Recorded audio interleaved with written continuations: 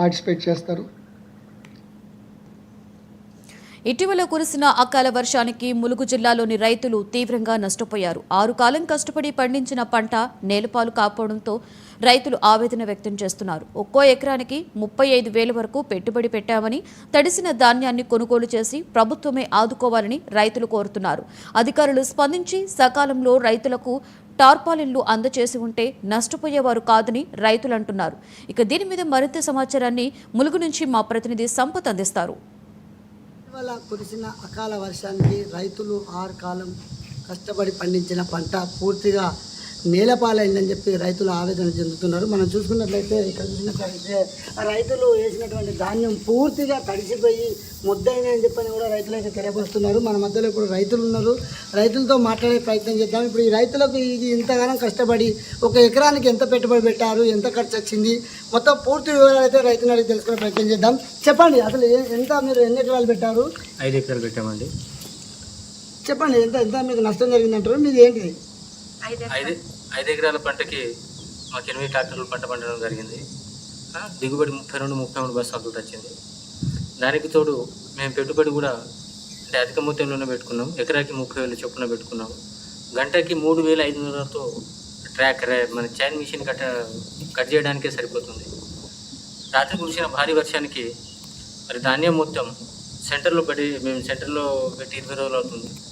రాత్రి కురిసిన భారీ వర్షానికి మొత్తం తడిసి ముద్దవడం జరిగింది. మ్యాచ్ వచ్చిన ధాన్యం కూడా ఈ రోజు వరకు ఇప్పటి వరకు ఒక లారీ సెంటర్ నుంచి ఒక లారీ లోడ్ కూడా వెళ్ళకపోవడం, మిల్లర్ల డిమాండ్లకు ఇవాళ జిల్లా కలెక్టర్ కానీ స్థానిక మంత్రి కానీ తలొగ్గి ఇలా రైతులను అన్యాయం చేయడం జరుగుతూ ఉంది.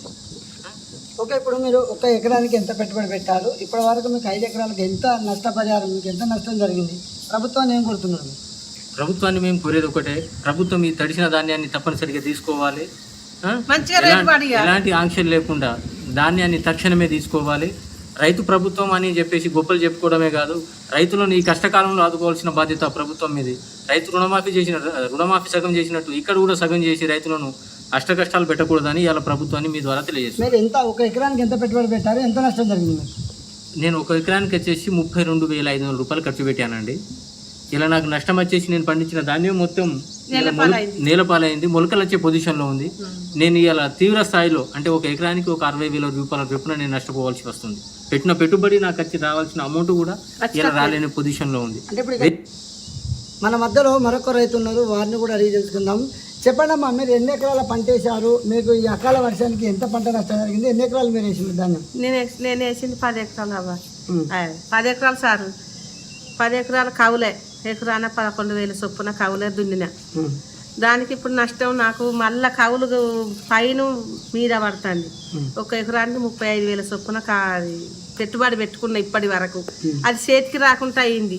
ఈ కవులు ఆగేటట్టున్నది. మిషన్ పైసలు బీఆర్ నుంచి వచ్చింది, వాళ్ళు కోత గోష్ఠులకు 1 రూపాయి ఇవ్వకుండా కోపించుకున్నా, అవి ఆగినాయి. మందల షాప్ కాడ 1,00,000 రూపాయల ఖాతా పెట్టి తెచ్చిన, అవేం పెట్టి కట్టాలి? ఈ వడ్లు రాత్రి అనుకోకుండా గాడుపు దువారం పొద్దుగాల సుత 1 గంటలు అనుకోకుండా వచ్చింది. ఆ వానకు మొత్తం వడ్లు కింది నుంచి వరదెళ్ళింది, మొత్తం నీళ్లు నిలిచినాయి.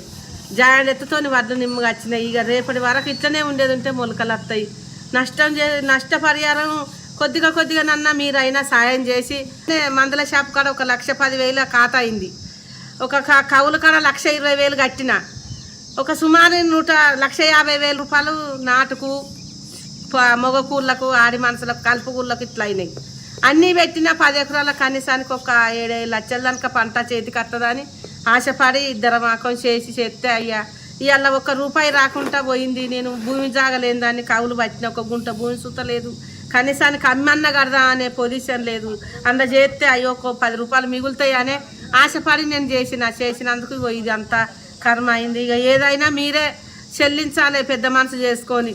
8 గంటలకు వచ్చి ఈడ కూకున్నా, పరదాలు తీసుకున్నా, ఈయనే నీళ్ళు నిప్పులు లేకుంటే వడ్ల కాడ కూర్చున్న, ఒక విలేకరు వచ్చిండ్రు, ఏ సార్ రాలే, ఏ మంత్రి రాలే, ఎవ్వరు రాలే, కలెక్టర్ రాలే, ఎంఆర్ఓ రాలే, గిరిజవారి రాలే. వీళ్ళ పరిస్థితి ఏంది, వీళ్ళ బాధ ఏంది, వీళ్ళ ఇత్తనం ఎట్లా అయింది, వీళ్ళ కట్టం మనం చూడాలని ఏ సార్ రాలే.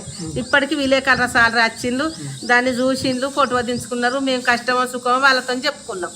ఏమంటారు లాస్ట్గా మీ ప్రధానమైన డిమాండ్ ఏమంటారు మీరు? ఇక మా ప్రధానమైన డిమాండ్ మా సీతక్క వాళ్ళ ఆమె కడుపు చల్లగా ఉండి మాకు మంచిగా రేటు పట్టేటట్టు చేసి మేము తడిచినందుకు మేము సుతో 4 రోజులు కష్టపడి ఎండబెడతాం. దానికి నష్టపరిహారం లేకుండా కట్టు కాకుండా మంచిగా తీసుకుంటే మాకు అంతే చాలు.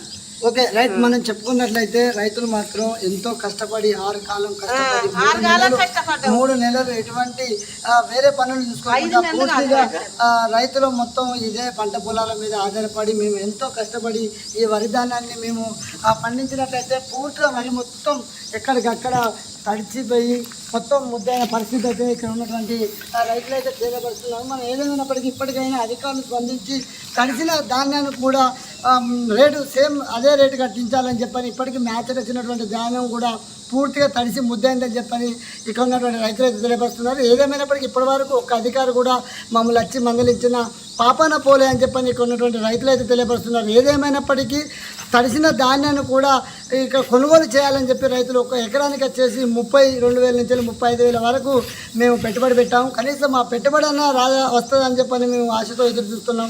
ఇప్పటికైనా అధికారులు స్పందించి మాకు పెట్టిన పెట్టుబడి అయినా మాకు ప్రభుత్వం తరఫున అందించాలని ప్రభుత్వాన్ని అయితే కోరుతున్నారు.